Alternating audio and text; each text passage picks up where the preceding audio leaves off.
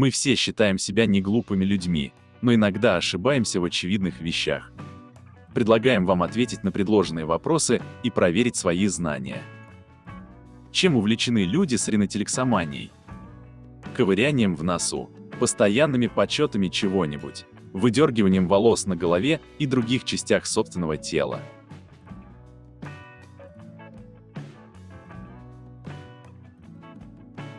Ринотелексомания – это состояние, которое заставляет человека навязчиво ковырять в носу, пока он не причинит себе вреда. Ковыряние в носу является весьма распространенной привычкой, но в мировой литературе встречается достаточно мало информации о ней. Однако ковыряние в носу может быть опасным, поскольку ногти на пальцах могут быть достаточно острыми для повреждения слизистой оболочки носа. Также данная привычка является негигиеничной и есть риск занесения инфекции. Какие птицы могут летать вверх ногами? Колибри, коршуны, скворцы.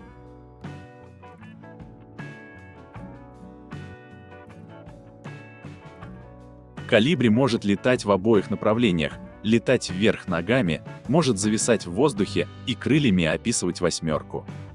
Колибри может выныривать вертикально вверх, как вертолет. Все это потому, что крылья колибри вращаются в подвижных плечах под углом почти 180 градусов. Кто написал картину «Боярыня Морозова»? Василий Суриков, Валентин Серов, Виктор Васнецов.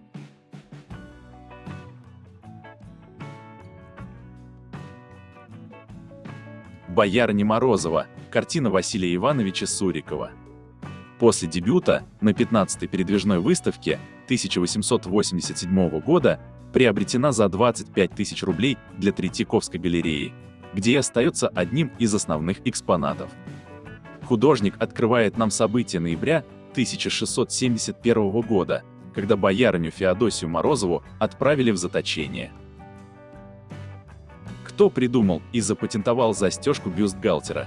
Вячеслав Зайцев, Вивьен Вестут, Марк Твен.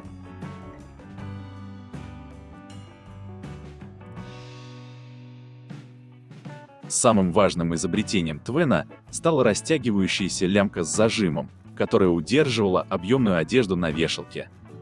Зажим нужен был для того, чтобы не дать брюкам, рубашкам и другим вещам обвиснуть.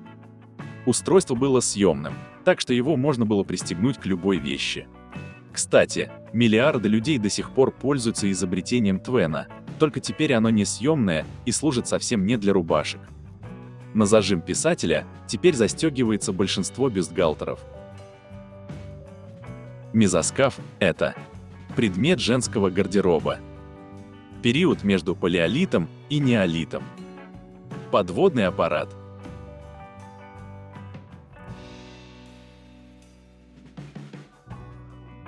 Мезоскаф – подводный обитаемый аппарат, предназначенный для исследования средних глубин, до 1000 метров, часто недоступных для обычных подводных лодок, но гораздо меньших предельных возможностей батискафа. Первый мезоскаф был сконструирован в 1964 году сыном ученого Жаком Пикаром и носил имя Агюст Пикар. В отличие от термина батискаф, термин мезоскаф не получил широкого распространения. Вместо него в настоящее время чаще употребляется более общий термин «исследовательская подводная лодка» или «глубоководный обитаемый аппарат». Что такое каму-каму? Игра. Название вулкана. Растение.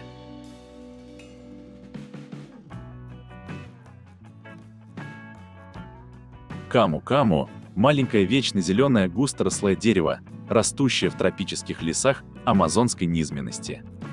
Дерево достигает высоту 3-5 метров, цветет маленькими цветками с белыми восковыми лепестками и сладким ароматом. Плоды каму-каму очень богаты витамином С, аминокислотами, антиоксидантными флавоноидами и другими полифенолами, поэтому жители Амазонии с давних пор использовали их в пищу и в медицине. В каком европейском театре до сих пор можно встретить клокеров, зрителей, искусственно обеспечивающих овацию? Венская государственная опера, опера Гарнье, Большой театр.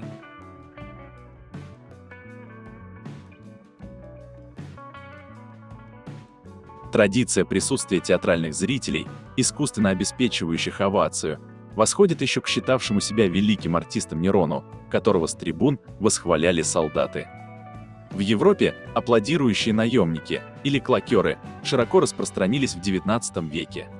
Их услугами пользовались большинство театров и оперных домов, причем со временем клокеры стали требовать вознаграждения под угрозой освистывания актеров.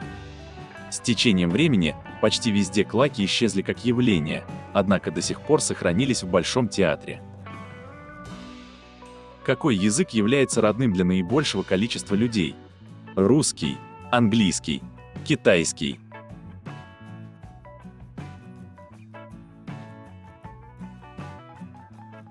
Китайский язык представляет собой совокупность весьма сильно различающихся диалектов, и потому рассматривается большинством языковедов как самостоятельная языковая ветвь. Он является родным для 1,3 миллиарда человек, а говорящих на нем более 1,5 миллиарда человек. Китай является одной из сильнейших стран во многих сферах, одной из крупнейших по территории и крупнейшей по количеству населения. В наше время китайский язык очень востребован и интересен как для ведения бизнеса, так и для понимания древнейшей культуры на планете. Священная книга какой религии называется Трипитака? Индуизм, даосизм, буддизм.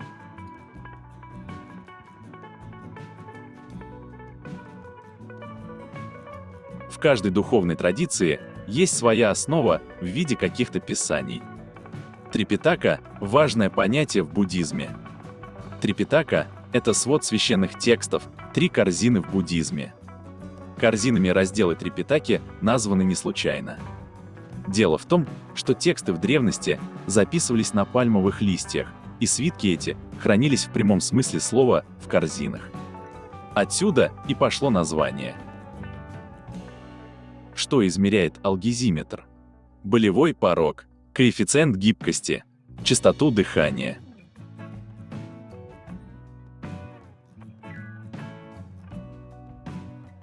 Алгезиметр в медицине прибор для количественной оценки болевой чувствительности. Мерилом чувствительности служит груз, давящий на металлическое острие, упирающийся в кожу, или же сила сдавливания складки кожи щипцами. В некоторых алгезиметрах чувствительность кожи определяется при помощи электрического тока, раздражающего кожу и причиняющего боль. Изделие, как правило, используется для оценки болевого эффекта после использования анестезии, анальгетиков или во время диагностирования или лечения травм нервной системы и нейропатии. Какая из этих религий запрещает употребление в пищу морепродуктов, кроме рыбы? Сикхизм, иудаизм, индуизм.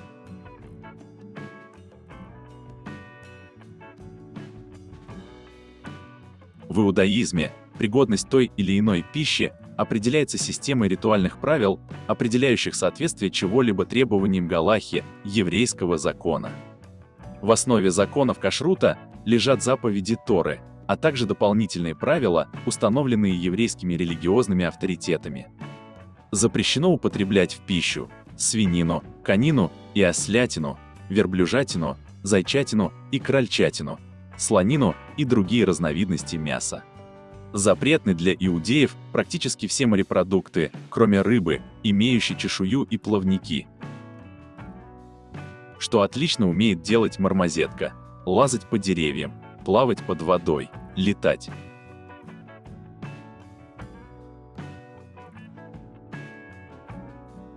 Мармозетка – самая маленькая в мире обезьянка. Даже очень крупная представительница этой породы ростом не превышает 30 сантиметров и весит всего до 400 грамм. Благодаря своим острым коготкам они прекрасно карабкаются по вертикальным веткам, а сильные лапы позволяют совершать прыжки до 2 метров. В темное время суток мармозетки забираются в дупла деревьев, где и ночуют. Средняя продолжительность жизни этих обезьянок – 10 лет. Что согласно правилам истинного джентльмена XIX века, мужчина должен был менять 6 раз в день. Перчатки, носки, галстук.